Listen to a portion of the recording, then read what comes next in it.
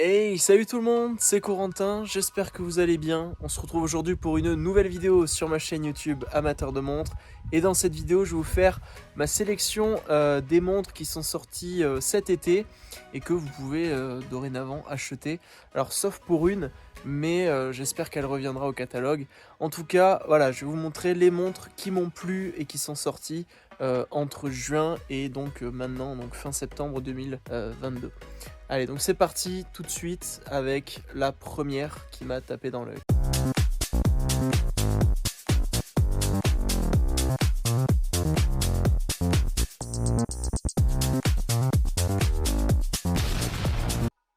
Allez, on commence tout de suite avec la première montre qui m'a tapé dans l'œil au début de l'été. Il s'agit de la Seiko 5 Sport GMT SKX, mais plus particulièrement la référence SSK 003.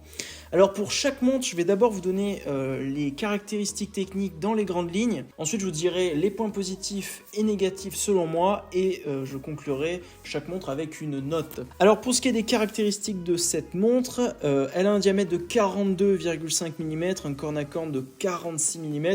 Donc c'est une montre qui est très polyvalente. Il ne faut surtout pas prendre peur par rapport au diamètre de plus de 42 mm parce que le corne à corne est relativement petit. Donc pour moi, si vous avez un poignet entre 17 et 19 cm, ça vous ira très bien.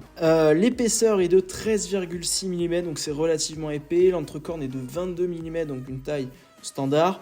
Le poids 161 grammes, c'est logique pour une montre sur bracelet acier. Et l'étanchéité est de 100 mètres.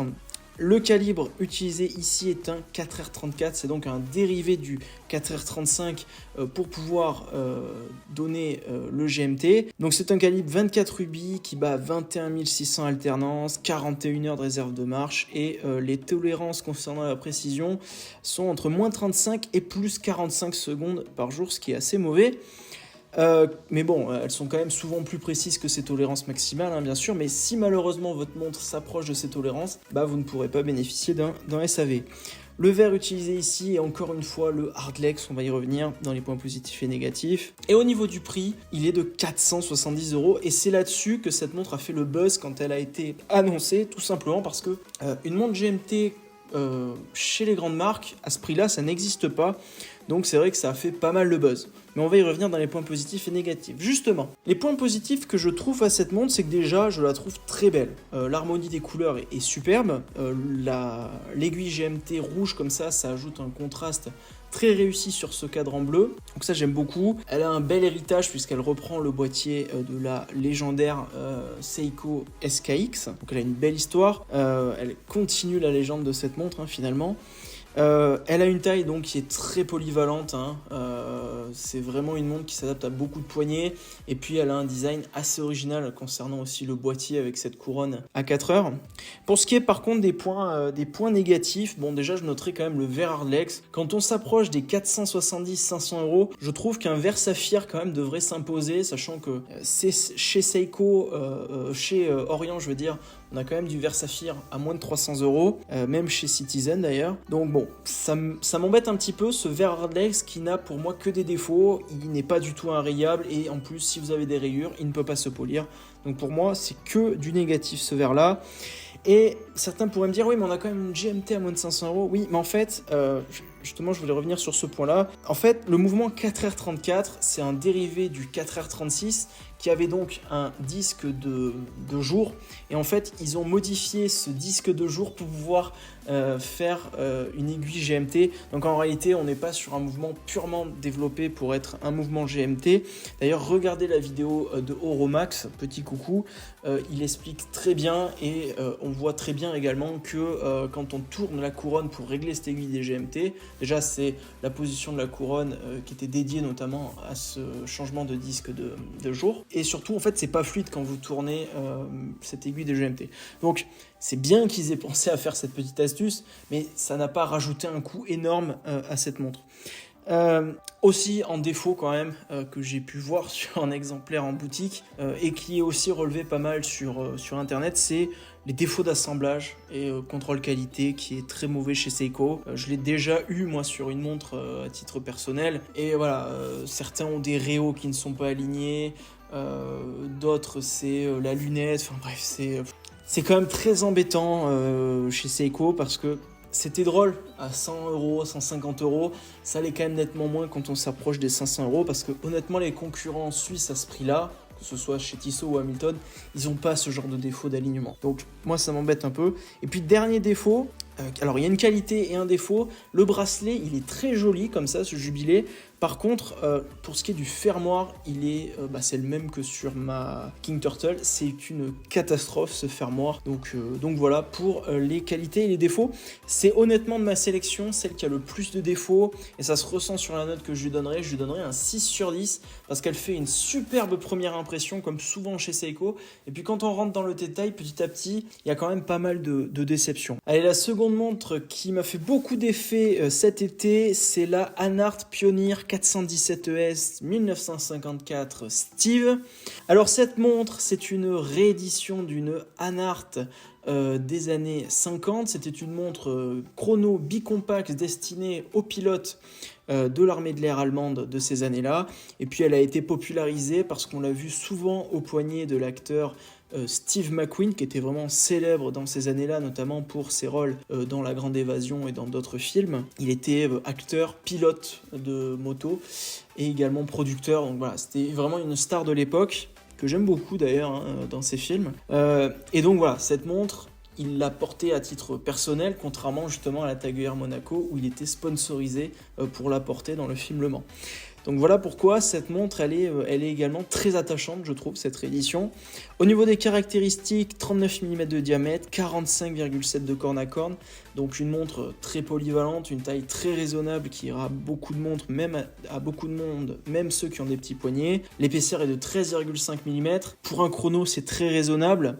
C'est aussi lié au fait que ce soit un chrono à remontage manuel, donc sans la masse oscillante forcément on gagne au moins 1 ou 2 mm. L'entrecorne est de 20 mm, elle est étanche à 100 mètres, donc ça c'est cool pour un chrono, et elle est équipée du calibre SW510, donc le Sellita SW510 qui est un calibre 23 rubis qui bat à 28 800 alternances et qui propose 58 heures de réserve de marche.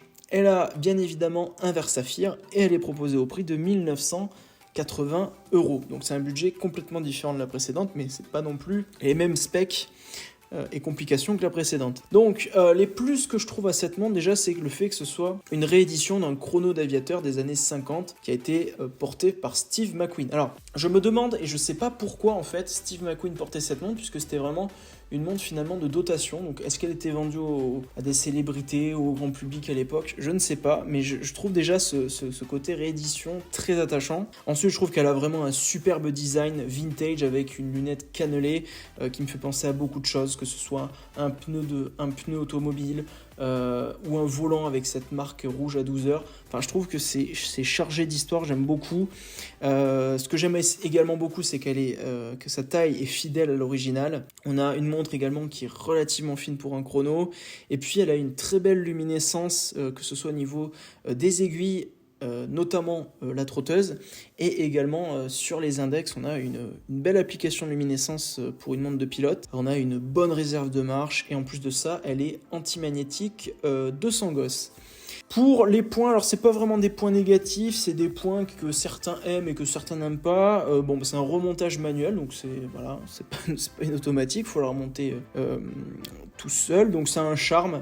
Enfin, il faut la remonter par la couronne, donc c'est un certain charme et on peut aimer ou ne pas aimer. Elle est vendue avec un bracelet Boone. Alors là, pareil, certains pourraient ne pas aimer, mais le cuir qui est entre le boîtier et la peau est enlevable. Donc c'est pas non plus un point négatif. Moi, je trouve ça même original et je trouve ça très bien. Et pour moi, le prix sur une montre d'une telle qualité, avec une si belle histoire, etc., je le trouve plutôt raisonnable, même si on est proche des 2000 €. Voilà, et je ne lui trouve honnêtement pas de point négatif. Je lui mets une note, un très beau 9 sur 10, si ce n'est plus. C'est vraiment une montre que je pourrais acheter si j'avais les finances en ce moment. Allez, donc troisième coup de cœur que j'ai eu cet été, il s'agit de la Yema Navigraph FSM bronze. Donc cette montre, qu'est-ce que c'est ? Déjà, c'est une Yema Navigraph en bronze, et c'est aussi la montre officielle des forces sous-marines de la Marine nationale. dans le cadre du 50e anniversaire de la FOST. Et la FOST, c'est tout simplement la Force Océanique Stratégique, donc c'est lié à l'univers des sous-marins. Alors cette montre, elle a un diamètre de 38,5 mm combiné à un corne-à-corne de 46 mm, donc on est sur une montre relativement petite. On a une épaisseur très raisonnable, 11,3 mm. Donc c'est bien. Un entrecorne de 19 mm, ça c'est moins bien. Enfin, c'est moins bien. Ça c'est proportionnel, je trouve, à la dimension de la montre. Par contre, pour trouver des bracelets, c'est un petit peu plus compliqué, puisque voilà, c'est pas l'une des tailles standards. L'étanchéité est de 300 mètres, et ça c'est vraiment énorme combiné à cette finesse. Et elle est équipée du calibre Yema 2000, donc le calibre maison de Yema. C'est un calibre 29 rubis, ce qui est assez énorme comparé à ses concurrents en termes de rubis. 28 800 alternances, 42 heures de réserve de marche, et la précision est donnée pour plus ou moins 10 secondes. Après, je connais quand même des gens qui ont des précisions qui sont au-delà sur le Yema 2000. Pour ce qui est du verre, on a un verre saphir double dôme de 3 mm. C'est intéressant de noter que sur la Superman, il fait 2,6 mm. Dans ma comparaison avec la Charlie Paris Concordia, il fait 3 mm, donc là ils ont mis un verre de 3 mm, double dôme en plus, donc on aura un bel effet de déformation sur le cadran. Son prix est de 1190 €. Alors les points que j'aime et les points que j'aime pas. Déjà, je trouve que cette version en bronze est absolument magnifique. Vraiment, je la trouve également très sobre au niveau de son cadran, avec juste le bout de la trotteuse en rouge qui fait un petit contraste très sympa. J'aime également le côté fin de ce boîtier, surtout combiné à son étanchéité assez énorme. Et puis j'aime également le fait que ce soit une montre officielle, voilà, des forces sous-marines, pour les 50 ans de la FOST bien sûr.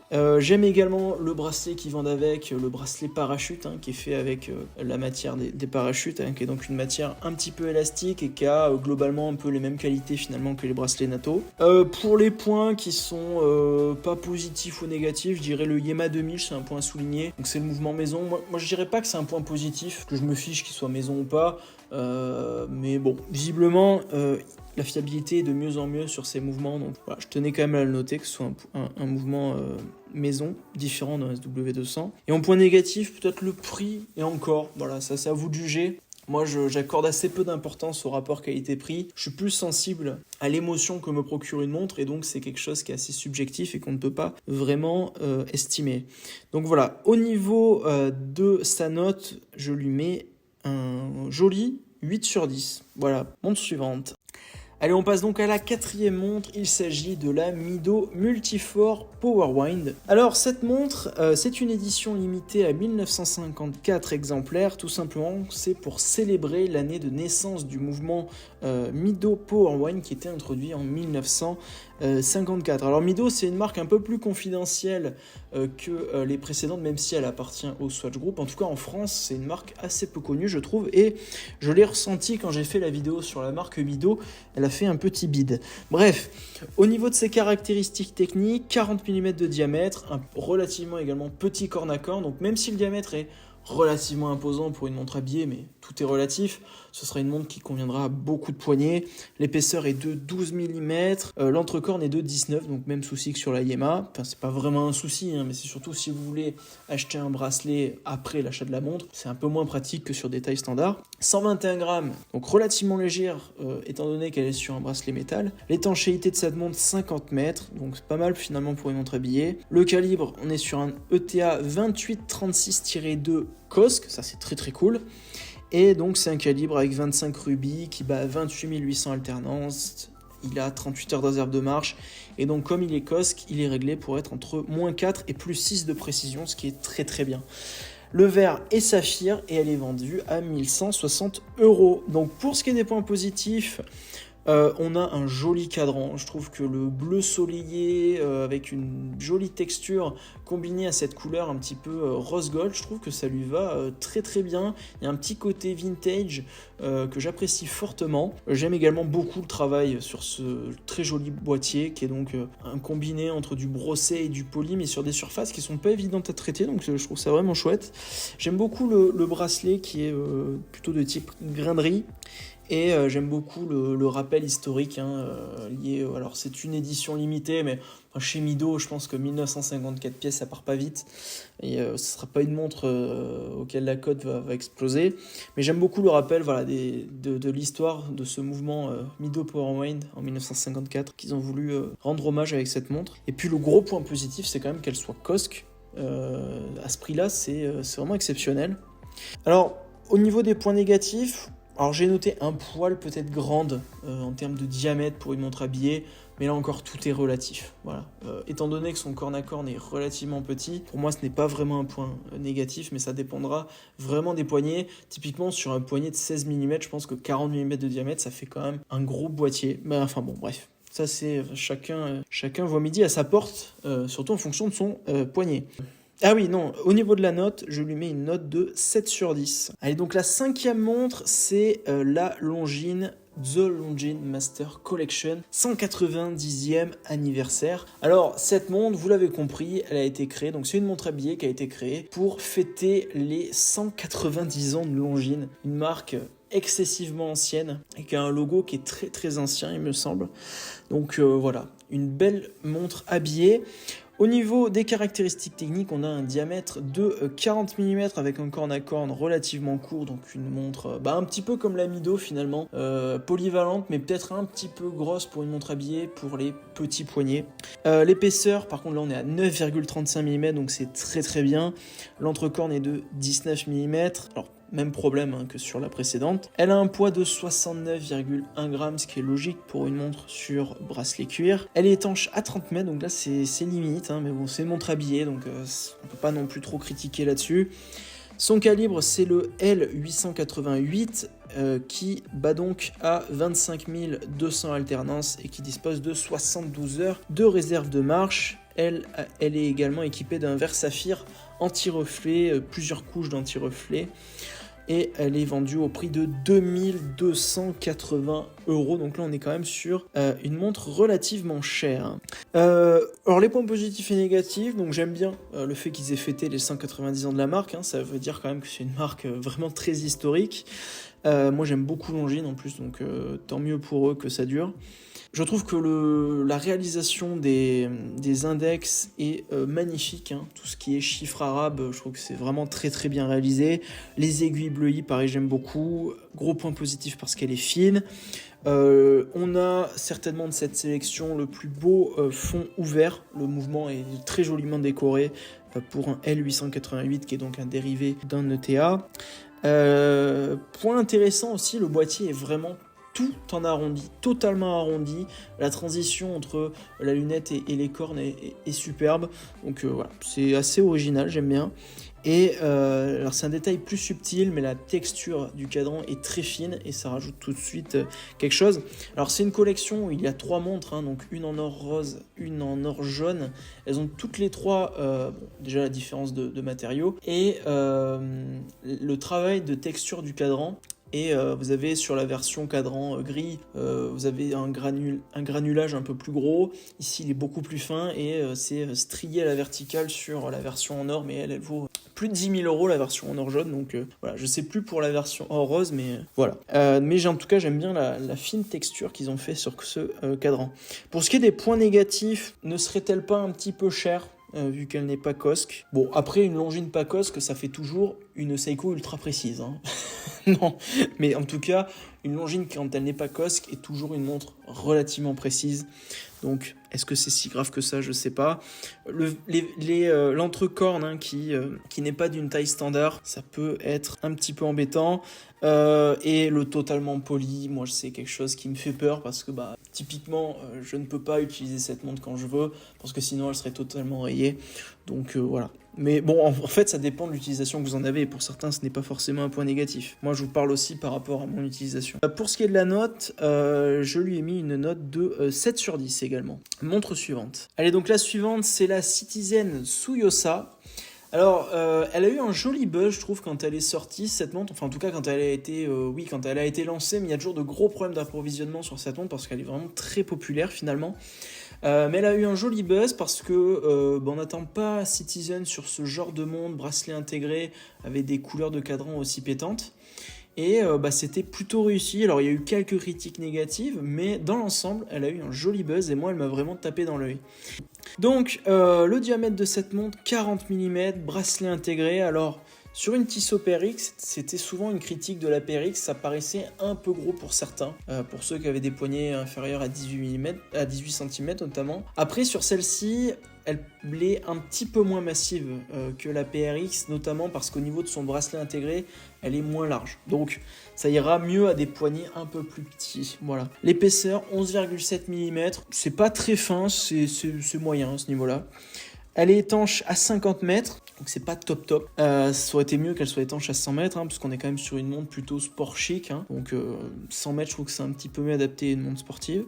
Le calibre, il s'agit du Miyota 8210, qui est donc manufacture sur cette montre, puisque c'est Citizen qui fabrique les mouvements Miyota. C'est un mouvement 21 rubis, qui bat à 21 600 alternances et qui a 45 heures de réserve de marche. Et cette montre est équipée d'un verre saphir anti-reflet. Et à moins de 300 €, c'est quand même exceptionnel. On est à 299 €. Jusqu'à maintenant, Citizen proposait très peu de montres avec des verres saphir. Ça y est, ils ont enfin compris. Moi, c'était vraiment un gros frein. Et ça y est, donc c'est génial. Contrairement à Seiko qui met du hardlex jusqu'à plus de 500 €. Là, au moins, ils mettent du saphir. Bravo Citizen, j'applaudis. Au niveau des points positifs, donc le bracelet intégré, c'est original. De moins en moins finalement, puisque la PRX... C'est vrai que la PRX a quand même mis un sacré coup. C'est difficile maintenant de s'imposer avec un bracelet intégré à moins de 1000 €. Mais je trouve que c'est quand même bien qu'ils le fassent parce que c'est à moins de 500 € quand même, faut le noter. C'est 2 fois moins cher qu'une PRX. J'aime beaucoup aussi le fait qu'ils aient mis un verre saphir. Les coloris qu'ils ont osé, franchement très sympa. Le jaune est très joli, même si honnêtement si je devais l'acheter je ne la prendrais pas jaune, mais je trouve que l'avoir proposé c'est très cool. Le mouvement est manufacturé donc par la marque, donc ça c'est bien. Et franchement, je suis allé la voir cette montre. Alors j'ai pas vu toutes les couleurs malheureusement, mais je trouve que les finitions sont superbes. Enfin, on n'a pas de défaut d'alignement pour celles que j'ai vues. L'alternance de brossé et de poli, c'est très chouette. Donc non, franchement, j'ai été très agréablement surpris. Surtout à 300 €. Moi, souvent, quand je regarde des concurrentes à Citizen à 300 €, donc Seiko, typiquement, j'ai pas ce niveau de finition, je trouve. Et de verre saphir. Donc très agréablement surpris, un prix très attractif. Et également, on a le fond de boîte qui est ouvert. Et on a un mouvement, on va pas dire qu'il est décoré, mais je trouve ça bien qu'ils aient mis la couleur gold sur notamment la masse oscillante et ce qu'on a dessous. Donc les ponts, il me semble qu'on appelle ça. Donc voilà, c'est assez original, c'est assez sympa. Pour ce qui est des points négatifs, alors ça me concerne pas forcément, mais le cyclope peut être un point négatif pour certains, même la date tout court peut l'être. Mais bon, il y a aussi une date sur les Audemars Piguet et Royal Oak, donc bon. J'ai l'impression que c'est plus un point négatif en France qu'ailleurs, je sais pas, parce que j'ai souvent l'impression de critiquer ou qu'il y a des critiques sur les dates en France, mais les marques continuent, donc je pense que c'est que finalement il y en a qui aiment ça aussi. Et puis en point négatif, pareil, ça concerne un petit peu ce qu'on entendait au niveau des critiques, au niveau des coloris et de la forme du boîtier intégré. Ça rappelle pas mal des montres d'autres grandes marques. Donc c'est sur ça que souvent a été critiquée la montre. Moi je trouve que bon, c'est pas très grave, surtout à ce prix-là, c'est quand même assez exceptionnel. Et moi, sinon, une critique que j'ai, c'est quand même la couronne qui est à 4 heures et surtout vraiment très inaccessible. Donc à remonter, je pense que c'est vraiment très pénible. Allez, donc la dernière montre, il s'agit de la Baltic avec Peter Otto, la Tricompax. Donc c'est une montre, donc c'est vraiment en quelque sorte un marqueur historique je trouve chez Baltic, parce que c'est quand même une proposition tout à fait nouvelle dans leur catalogue, un chrono Tricompax chez eux. Ça leur fait rentrer dans une nouvelle catégorie de prix quand même, donc c'est vraiment un marqueur très important pour cette marque. Au niveau donc c'est vraiment un hommage au sport automobile, ça clairement. Au niveau des caractéristiques, on est sur un diamètre de 39,5 mm avec un corne à corne de 47 mm. Donc c'est vraiment une taille relativement petite mais vachement polyvalente pour une montre, surtout pour un chrono. L'épaisseur est de 13,5 mm, donc comme pour la Hanart, on a une taille raisonnable mais parce qu'on n'a pas de masse oscillante puisque ce sont des montres à remontage manuel. L'entrecorne est de 20 mm, donc ça c'est chouette, c'est standard. On a une étanchéité à 50 mètres. c'est peut-être le point négatif, ça j'aurais bien vu un 100 mètres. Elle est équipée du calibre SW510-M. La Hanart est équipée seulement du 510 et pas du M. La différence par rapport à la Hanart, c'est que elle a 63 heures de réserve de marche au lieu de 58 sur la Hanart. Bon, ça change pas grand chose pour être honnête. Et elle est équipée d'un verre saphir anti-reflux. Elle est vendue au prix de 2370 €. Alors, elle était vendue au prix de 2370 € parce que c'est une édition limitée à 300 exemplaires et que bien évidemment, tout a été vendu vu la hype qu'elle a générée. Vous ne pouvez pas l'acheter neuve actuellement. Peut-être qu'ils en referont d'autres en édition non limitée. Je comprends tout à fait qu'une marque comme Baltic, quand même une jeune marque, se limite en nombre d'exemplaires. Parce que imaginez, ils sortent cette montre, qu'ils en produisent 1000 et qu'au final ils en vendent que 500 ou que beaucoup moins. C'est dommage, c'est dommageable. Là, ils ont assuré en faisant que 300. Moi, je trouve ça bien. Je voulais quand même vous en parler parce que c'est quand même une montre assez exceptionnelle que Baltic a sortie. Donc voilà, vous pouvez toujours l'acheter d'occasion s'il y en a en vente. Mais je voulais en parler, même si elle est épuisée en œuvre. Donc les points positifs de cette montre, c'est le premier chrono tri-compact de la marque, marqueur historique moi pour Baltic, totalement inspiré de la course auto. Pour moi, elle respire la course automobile. Déjà rien que lié au fait qu'elle soit faite avec Peter Auto, c'est que des gens qui baignent dans la course automobile, Le Mans, etc. Très bonne taille et proportion concernant le boîtier, je le trouve vraiment. Et je la trouve également originale sur son cadran et également très lisible. On voit encore une fois l'inspiration dans les sous-compteurs de la course automobile avec le jaune, le orange. C'est souvent ce qu'on a en fin de course finalement des comptes tours sur les voitures pour indiquer que vous arrivez vraiment proche de la zone rouge. Je trouve ça vraiment très bien. Et aussi j'aime beaucoup l'originalité que l'on a sur la graduation de la lunette tachymétrique. En général ça va de 60 à 2, 300, 400 km/h. Là ici ça commence à 50, donc c'est assez sympa. Elle est fine pour un chrono. Et il y a quelque chose qui est assez sympa avec cette montre, c'est qu'il la vendait avec deux petits chronos flyback. Donc voilà, c'est assez sympa. Et au niveau des points qui sont ni négatifs ni positifs, je dirais que c'est un remontage manuel, il faut le noter. Je lui mets une note également de 9 sur 10. Voilà, donc j'en ai fini pour cette vidéo dans laquelle je vous présentais les modèles qui m'ont tapé dans l'œil durant cet été. Donc vous l'avez vu, il y a des modèles qui me plaisent plus que d'autres grâce aux notes. Celle qui me plaît le moins, c'est la Seiko. Forte impression au début, un peu déçu sur la fin.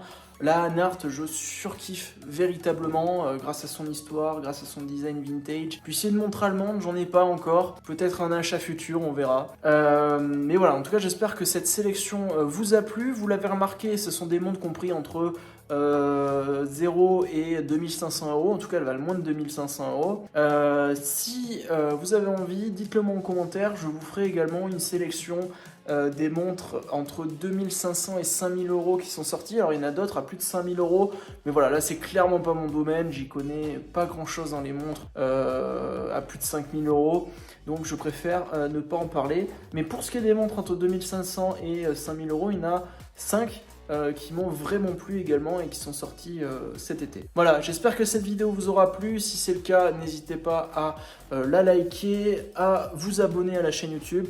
Ça me soutient et ça donne de la force à la chaîne. N'hésitez pas non plus à vous abonner à mon compte Instagram, c'est toujours plus facile de peser quand on parle à une marque avec plus d'abonnés que quand on n'en a pas. Et pour proposer de plus en plus de contenu, c'est indispensable. Je vous remercie encore une fois d'avoir regardé cette vidéo. Je vous dis à la prochaine. Portez-vous bien, portez bien vos montres et ciao tout le monde.